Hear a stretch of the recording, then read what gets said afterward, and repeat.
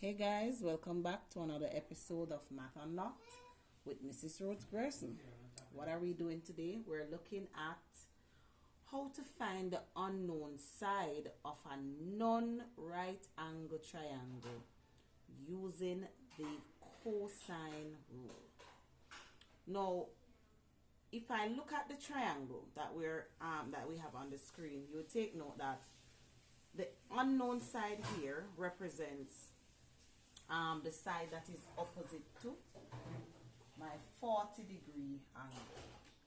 When I look at the diagram, the first thing I will notice is that I do not see any right angle in the triangle, and I never make assumptions on whether or not a triangle is right angled unless I have facts to back that up.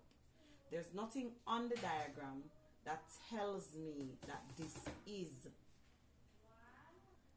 Alright, so there's nothing on the diagram that indicates that this is a right angle triangle. So I'm going to go on the basis that it's not right angled. It is always best, if you're going to make an assumption, to assume that it's not a right angle triangle unless you're told or you're given some specific statement there that would imply that it is. Now, I don't have anything on the diagram that implies that this is a right angle triangle, so I'm assuming it's not. What am I trying to find? I'm trying to find the value of this unknown side. And I have two known sides. Now, generally, on a right angle triangle, if I have two known sides and I'm trying to find the other side, I would have used Pythagoras' theorem. But because it's not a right angle triangle, the angle here that is opposite to this side is not a right angle. And if I couldn't then assume that this is the hypotenuse, nor can I assume that any other side is the hypotenuse because I don't know the value of the other two angles. It therefore allows us to then not use Pythagoras' theorem, but to use a rule that can be applied to any triangle. To find this unknown side based on the information on the diagram. And notice I said based on the information, because what we use will be based on what we have.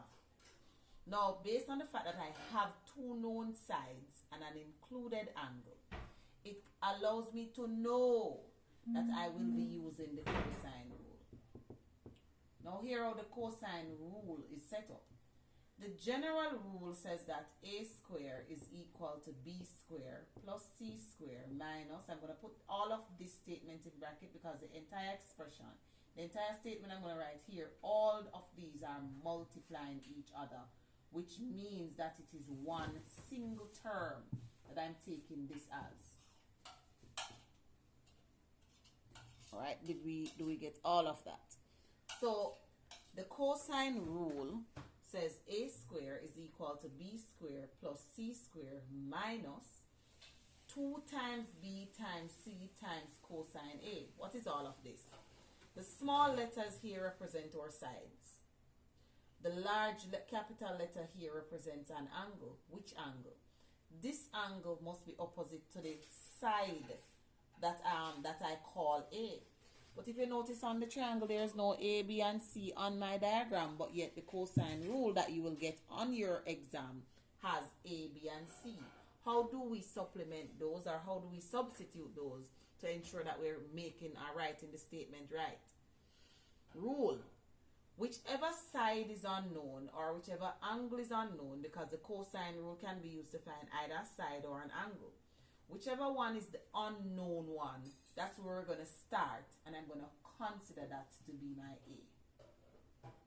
So we're letting x be equal to A to substitute in this diagram, in this formula. When choosing B and C, it really does not make a big difference, but I'm just going to go clockwise and call this one B and call this one C. It does not make a difference if you chose this one as B and that one as C, because the result will turn out to be the same, right?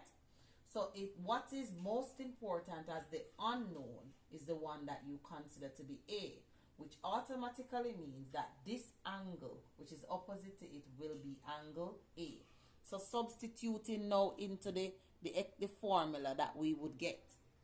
The statement says a square, which is x, that's the unknown. So I write x squared is equal to. Notice how this resembles Pythagoras theorem and the fact that the triangle has one unknown and two known sides.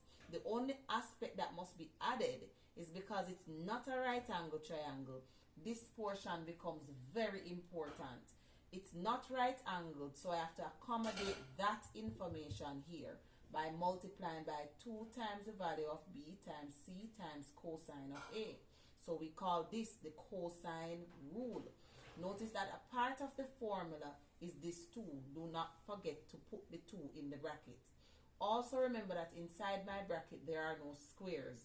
The squares are maintained outside.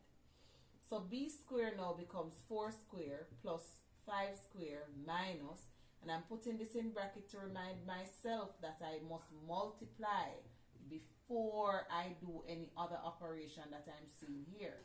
See, I substituted my angle as 40 because the angle opposite to x was the 40-degree angle. Now I continue to do some work. I'll multiply first because the order of operation says do your multiplication before you do addition and subtraction. So I'm going to multiply first, and that turns out to be 30.64. You can confirm that with your calculators. How do I progress? These numbers are squared, which means they're multiplying themselves. So that becomes 16 plus 25 minus 30.64. I only have addition and subtraction there. So I will go ahead and add, which gives me 41 minus 30.64. What's equal to that? X squared. I'm going to simplify until I get x to become the subject of the statement. So the last thing I will now do is that the opposite of addition of square is square root. I want to get the value of x by itself, and this is x squared. So I will square root both sides in order to cancel square from here, which means that x now becomes the square root of 10.36, which is 3.22. And since these were in kilometers and x is aside, I will add the kilometers to complete the statement. So that is how we use the cosine rule when finding an unknown side on a non-right angle triangle. I hope this video helps. Don't forget to like and subscribe, and come back where we explore the world of math and take away the fear. So we will subtract the fear and multiply our success.